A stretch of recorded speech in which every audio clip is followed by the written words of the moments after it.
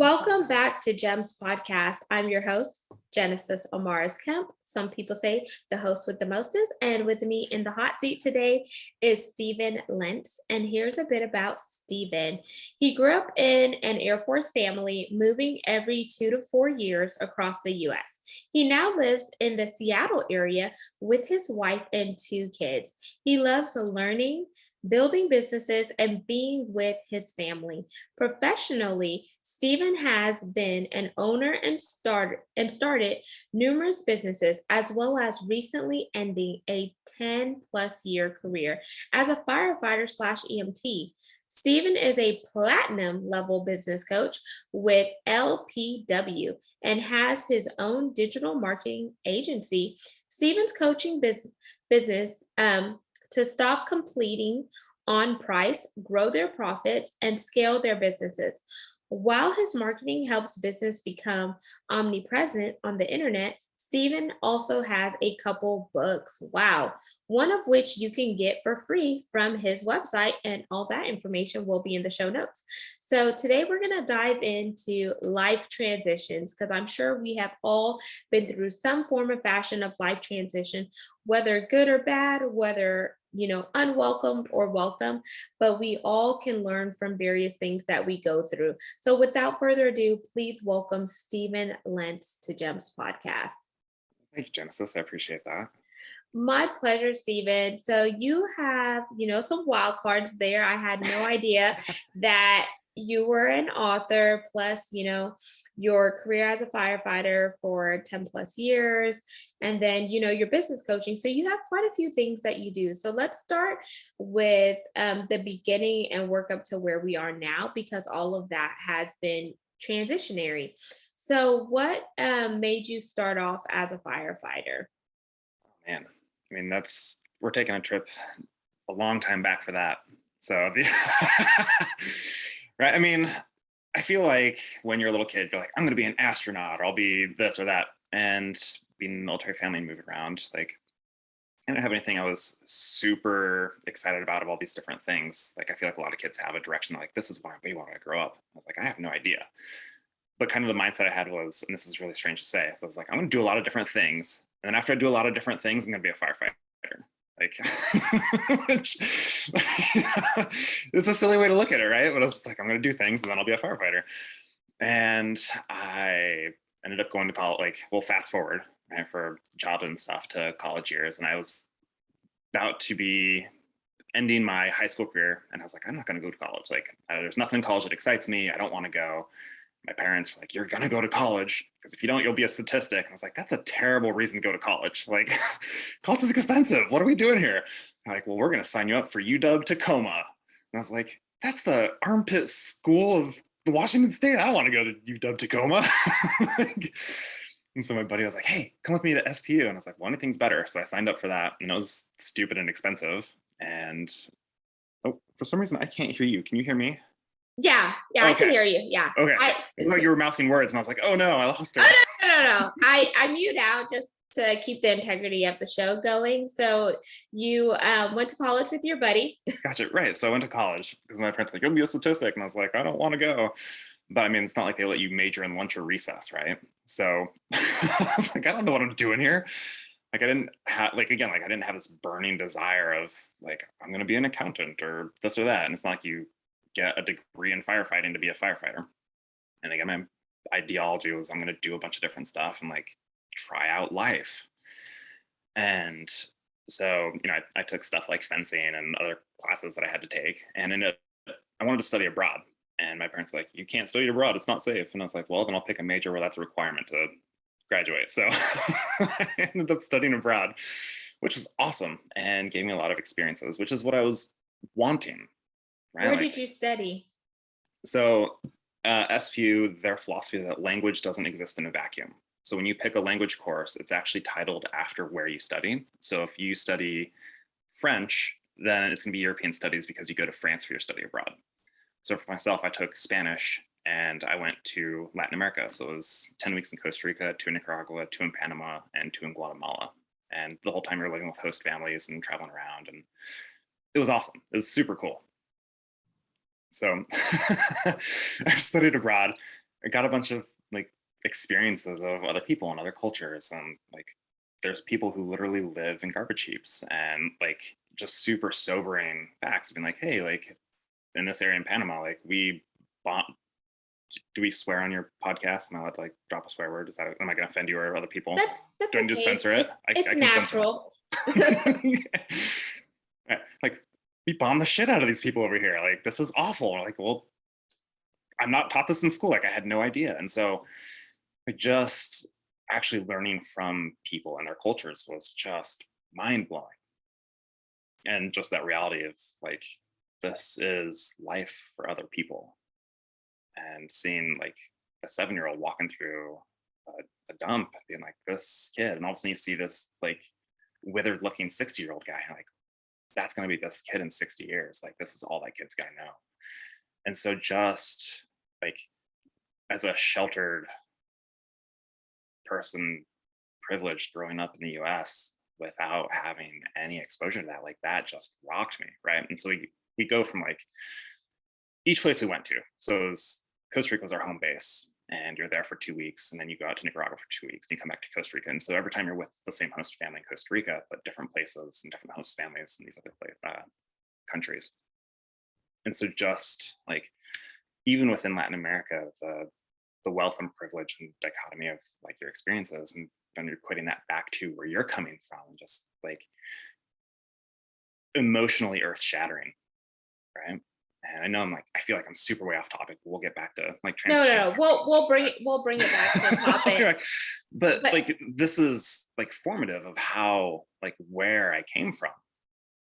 And then you fast forward to the end of studying abroad, and I'm back in Miami eating like wings and being like, what is going on at South Beach? Like just ridiculous. And then, you know, you get to Christmas time, like I'm sitting here with a mountain of gifts and just like trying to reconcile the abject poverty that I just experienced and my privilege, being like, this is crazy.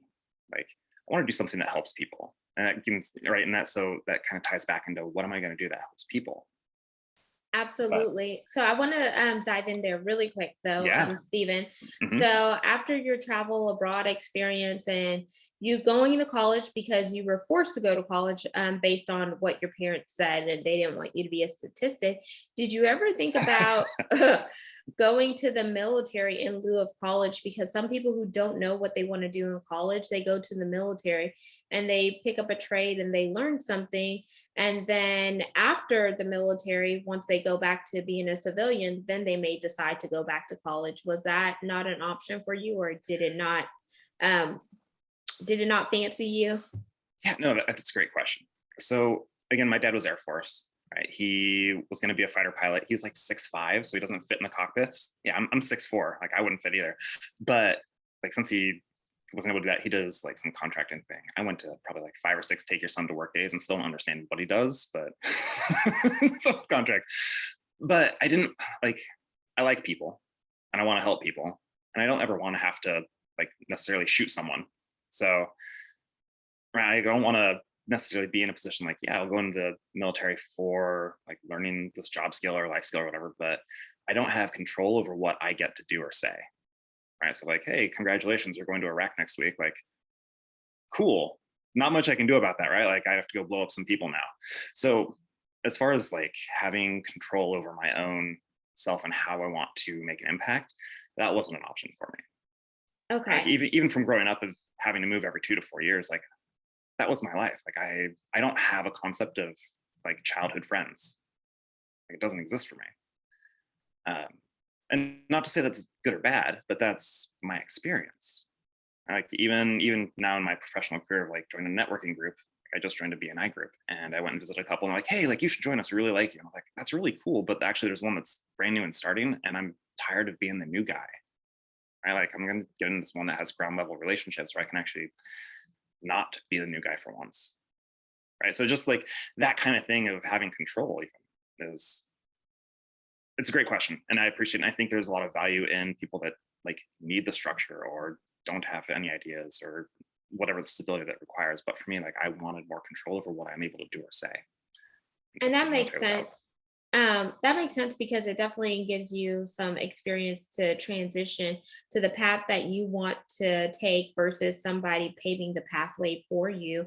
So we know that you moved every 2 to 4 years because you grew up in a military family. So your dad was in the Air Force. We also know that college wasn't your first choice, but it was more so forced upon you just to make sure that you were compliant with your parents. And then you wanted to study abroad because you wanted to open and broaden your horizon by connecting with people who are from different places and cultures.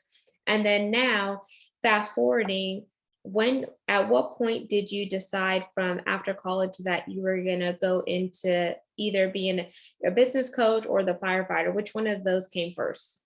Yeah, so firefighting came first. And so I ended my studying abroad and still had like a year left, I think, of school. So I finished that out and ended up living in Seattle with my buddies after that. And I worked at some summer camps because again, like I like people and I like kids and I like doing stuff. Right? I skipped my own graduation to go to summer camp. So no diploma, didn't walk. Like I graduated, but I was like, who needs a ceremony, right? Like I don't care. Like it's so, this is my second year going back, and I mean I love the place, and I was like, I'm going back. Like I don't need to dress up in a gown and sit in a chair for 3 hours and listen to someone say you can do it. Like I know I can do it. Like what are we doing here, right? So Oh, I did wait, that. before you go Yeah. further. So what did you end up getting your degree in? It was Latin American studies because I Okay, studied cool. because it was Spanish, right? Because that's where I had to graduate. So and so I went to summer camp, and then after that I was like, oh no, like I've been living at school and like in the summers living at summer camp and going back to school, kind of like Harry Potter's, right? With Harry Potter, like I'm not going back and living with the Dursleys anymore. So I was like, what? I don't want to go back home. Like, what am I going to do here? And so I called my family the Dursley. That's hilarious. And and so I talked to the camp directors. I was like, hey, like I want to go back home. Do you know anyone who's hiring? And they're like, well, actually, the associate youth pastor at Mercer Line Presbyterian, they're looking for interns. It's like, well, what does that mean? Like, well, like you work at the church as part of their youth group leadership and you stay with the host family on the island. It's like, I've been doing that last year, like sign me up. So I went from college to being a like intern youth pastor leadership person at a church working with the kids. And I know like I'm 35 right now, but I know I look like I'm 12. Right. I'm actually in the high school yearbook because we go every Friday and it gets someone be like, hey, are you a junior or a senior? I'm like, I have college debt. Like, and so I was working with the kids, like, yeah, I like working with people. And that's where I met a firefighter from Kirkland. He's like, hey, have you ever thought about being a firefighter? And it's like, funny you should ask. Like, I always figured I'd try a bunch of things and then, I'd be a firefighter. He's like, yeah, that's great, but don't ever lead with that in an interview. I was like, oh, okay. And so he goes, hey, you should, start testing now. Like, being a firefighter takes a lot of time. It's not something you just like sign up for. And so I was like, really? So I mean, I had no idea, right? Like, it's not like I did a bunch of research on how to be a firefighter. And he was like, oh yeah, like you need to like start working at it. So I looked into it and I was like, oh goodness, like this is crazy. Like seriously, like up here at least, probably about 1% of the people who try to be firefighters actually become a firefighter. Like the competition is intense, and like there's a whole testing process. And I mean, I'm pretty salty about the whole testing process. There's a couple big companies up here and everything funnels through them, and they're set up to pretty much just milk every bit of money out of the applicants as they can. Just the way that's set up, and it's absolutely frustrating. All that aside though, I was like, hey, like this is what I have to do.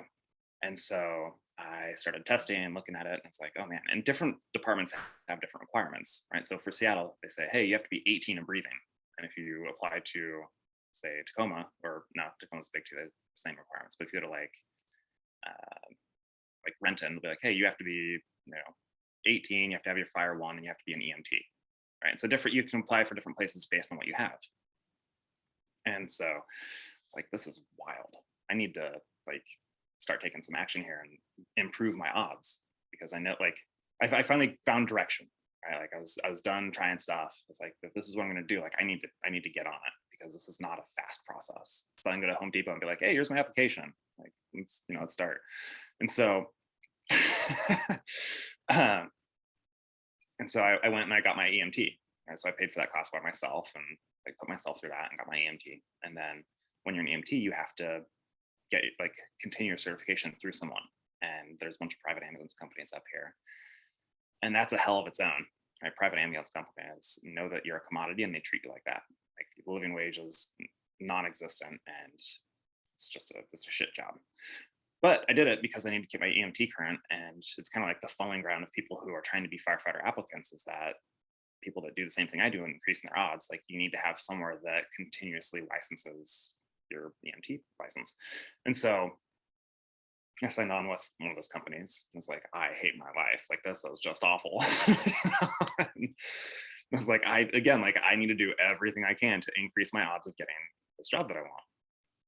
And so I looked at volunteer departments or departments that had a mix where they would hire from within. So there was one probably like an hour and a half north of where I live. And then there was another one that was about like 40 minutes south of where I was living. And so I applied to them and one of them got back to me, or they both got back to me. And I went to the one up north and they're like, hey, we like we like our own people better than outsiders. And, we want this and this. And it's just like, this is awful, but like, I'll do it because like, I'm going to make it happen. But then they're like, we're going to start in July. And this is November. Like, we're going to start in July or something like that. And it's like, that's a long time to wait, which I mean, is silly because I don't know if you listen to Gary Vee at all. But every now and then I'll listen to some of his segments. I love Gary Vee. And I think his messaging being like, you're young AF is so true. Like as a 20, 21, 22-year-old, like you feel like you have no time. Right? You feel overwhelmed and you feel like you have to make things happen now because every minute that you wait, you're falling behind all of your peers and all of your competition and everything's going to be gone from you. And there's this weird feeling, I guess. Like I'm trying to think of a better word for that, but it's just like a holding pattern because it's like you're at a standstill and everything around you is moving fast. Yeah, but it feels oppressive, like a thick fog almost that you just can't get out of, right? Like that feeling of being behind or losing time. And when you're young, it's just overwhelming. And so being like, hey, like I'm young, like I have years to. Sorry, my phone is ringing and I might have accepted on my computer. I hope not. But like you're trying to make things happen and you just can't get past it. And so being like, hey, it starts in 6 months for me was just overwhelming, which as a young guy, like I have my whole life. I can live all of my experiences 4 more times before I die. Like I have plenty of time. Right. But so while you're waiting for the 6 months, did you end up going with the other company that called you back just so you could float some time there? Yeah. So I went to the other department because they were having an interview like a week later or something like that. And I went and interviewed with them. They're like, hey, we're starting immediately. And I was like, sign me up, like whatever. And they're like, hey, part of our requirements is that you live in district and all this stuff. And I was like, oh, looks like I'm looking for an apartment now. And that's what I did, right? So I moved just so I could volunteer. I like Nice. taking massive action to make my reality come true. I like, because for the first 20 years now of my life, like I was just kind of doing whatever was fun or easy or exciting to me at the time, but now is like doing every single thing that I could to increase my chances of making this reality. I put myself through that school and I got a crap job. I'm now moving somewhere to volunteer to make this so everything I'm doing, like I'm just taking all this massive action. And then I finished my training with them, and that took about another 6 months, and I was on with them, and I was about a year. And then they had a round of hiring, and they hired 6 of us, and I beat out the other 30 people because it was only internal that they were doing their hiring from. It was only from their volunteer pool. I beat out the other 30 people that didn't make it, and I got hired on as a full-time firefighter. It was awesome. I was on cloud 9. I was just recently married as well, and things are going great. This is awesome. And then 2-3 years into that, I got laid off because we didn't have money. And so me and another guy got laid off. I was like, no, like everything that I'd worked so hard for, like really worked hard for. And like, there's a lot of times like, hey, I worked hard for this. And I'm like, yeah, like we put in a lot of effort, but like literally everything I was doing in my life up to that point for those, 3-ish, 3 to 5 years, I think is how long it took me from starting that process of like doing everything I could to actually getting that job. Like I slept on the sidewalk to pick up an application for a department that I didn't get hired on. Like Wow, literally doing everything I could. Yeah, they hand out like 200 applications. This is another department, and they're like, hey, we're gonna hand out 2 applications at 8 a.m. on Friday morning. So show up and get there. And I was driving home from work the night before. I decided to just drive past the station, just see if there were people out there. And there's like 80 people out there already. I was like, holy F, like I need to make this happen. So I pulled over and I slept on, like I jumped out, got in line, called my parents, like, hey, I'm gonna sleep on the sidewalk out here tonight. Do you mind bringing me a sleeping bag and maybe some food? Like, like everything I could do, I was doing it. And so I finally get this. And then I got laid off. And I was like, this is wild. Like never would I have imagined that this pseudo government job that, you have a pension and you think is just secure. Like I was planning this is going to be my life for the next 35-ish years. Right. Like, and all of a sudden I'm out and I have a wife and like, I'm an adult. I have to pay all my bills and I have, where I'm living. And so that started me down the entrepreneurial path a little bit there, because that just rocked all of my preconceived notions of security at that point. perfect.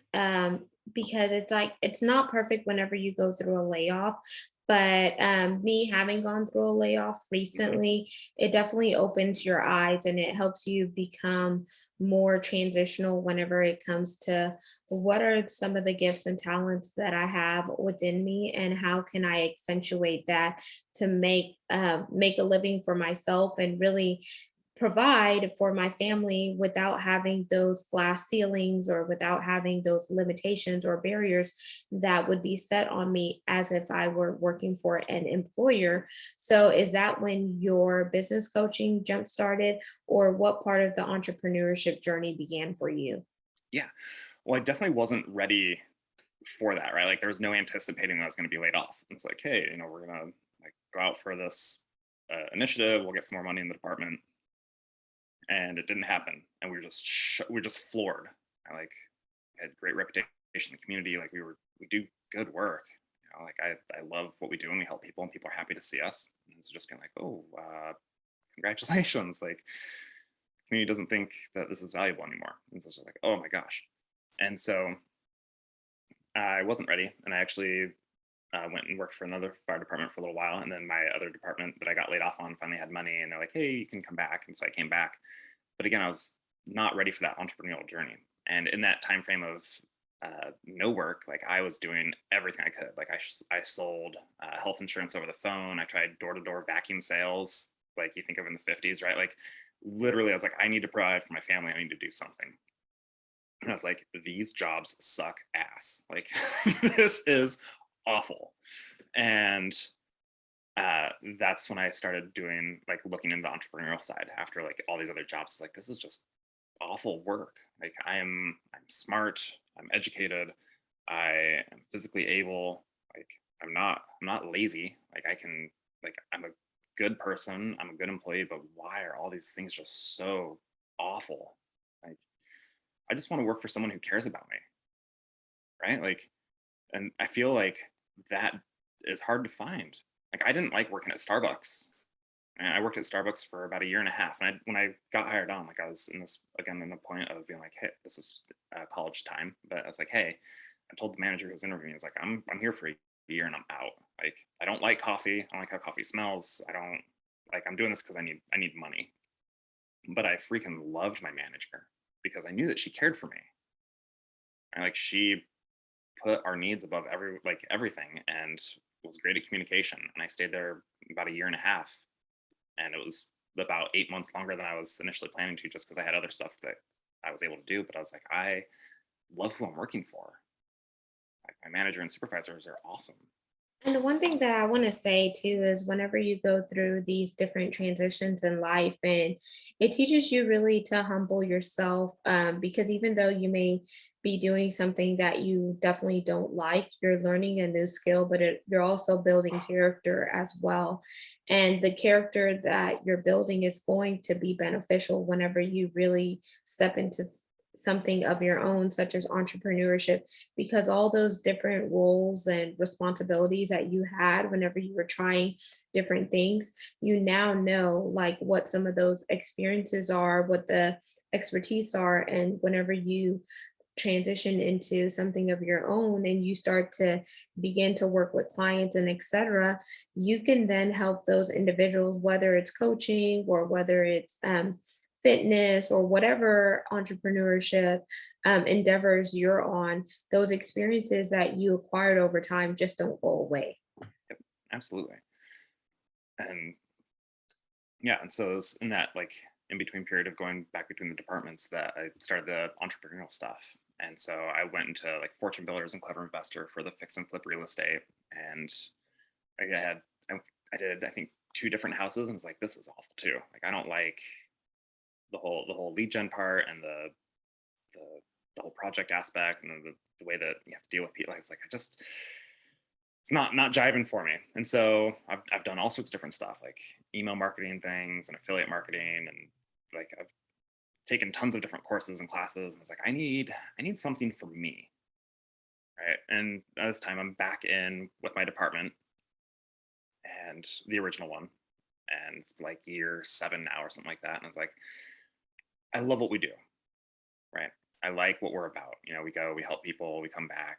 Like this is great. Like I like this, but now I've got 2 kids, and I was like, firefighters don't live very long past retirement. Like we just don't. Like our cancer rates are ridiculous. Like I don't want to be 50 with 5 types of cancer. Like I want to have grandkids and great grandkids and enjoy my family and like be healthy. And it's like I need to like my concept of security has already been shattered, right? And now I'm looking at it as through the lens of longevity. And I was like, one, I want to provide for myself, and 2, I want to like have legacy and be around. Like what does that look like for me? And so I started trying to work into transitioning myself away from firefighting. And so that's where I came into more of the like email marketing and social media marketing and like all these different types of avenues and stuff, and started like following some business coaches and other people. And I was like, I could get behind this. Like this is something that interests me. Like I still get to help someone, right? Like because business coaching doesn't just affect the business, right? Like it affects people's lives. Like the majority of divorces, like one of the big factors is money, right? Like you're not just saving a business, like you're saving marriages and kids' futures, and you have all this other impact and people like other people's wages, and you're creating like stimulus in the economy. And so it's like, okay, like I'm gonna switch the method that I'm doing. I'm no longer like doing CPR and like picking diabetics up off the floor and helping them like not die right there, but like this is other life-saving stuff that I can do. And so I started getting that and trained up, and I was like, I like this. Like I like being able to see what people are doing in their business. And I've got now a lot of experience of doing my own stuff, but also all my additional training now and being like, hey, like I see what you're doing. And I understand that this is not effective and this is why. And then, Oh, so go ahead. question really quick there. Mhm. So as you started to look outwards and, connect with business coaches and et cetera, did you hire a coach of your own to help you navigate um, and kind of find your footing? Yeah. So I've had a couple different coaches, and having a good coach makes all the difference. Like you don't know what you don't know, and you do the best that you can. You're like, hey, I'm doing all right, but like I can't grow, or I can't get past this hurdle, and you try to think about it yourself. But when you don't know what you don't know, like there's a reason Michael Phelps has a coach, right? Obviously, the coach can't swim as good as Michael Phelps at what he does, but there's a reason he has a coach. And same with like Michael Jordan, like any athlete, Olympian, even the successful business owners, like they all have coaches and mentors who point things out and be like, hey, like you need accountability here, and you need these steps here. Like let's revisit these fundamentals, because as a business owner, it's really easy to think you're doing okay, or to be like really proud of what you've done and think that, you don't need outside help. But it's not about needing help. It's about just getting to the next level and pushing past those blockades. Like, to continue to grow, you always need someone. Like, I like to think that I did what I did. Like, I worked really hard for what I accomplished, but I couldn't have accomplished it without the circumstances and help that I had received that put me in that position to be able to achieve it. And a good coach does the same thing of giving. Sometimes you just need that little bit of boost for being like, hey, like, you don't have a market dominating position. Like, the reason that your website looks like every other accountant's website is because like, there's nothing that separates you, right? Like, I'm going to drop a nugget here for business owners, but customers shop value, not price. But when you look the same, the only thing they have to compare you on is price, and that becomes a value proposition. Like, you need help with your wording and your marketing, what sets you apart. Like, if you're a real estate agent and you go, hey, I sell houses, cool. So does Tom, Dick, Jane, and everyone else. But when you say, hey, I can sell your house in 90 days or you don't pay my commission fee, oh, I'm paying attention now. You still Yeah. sell houses, you're still a realtor, but now you have some sort of market dominating position to help yourself. And so it's just those types of things. Like, most business owners are in business by default and not design. Like, you're a really good plumber, and you're like, hey, I can fix the sink and I can do the toilet stuff, so I'm going to start my business. And you do all right, and you get some clients, and you start going word of mouth, and you have a couple neighborhoods that you work in,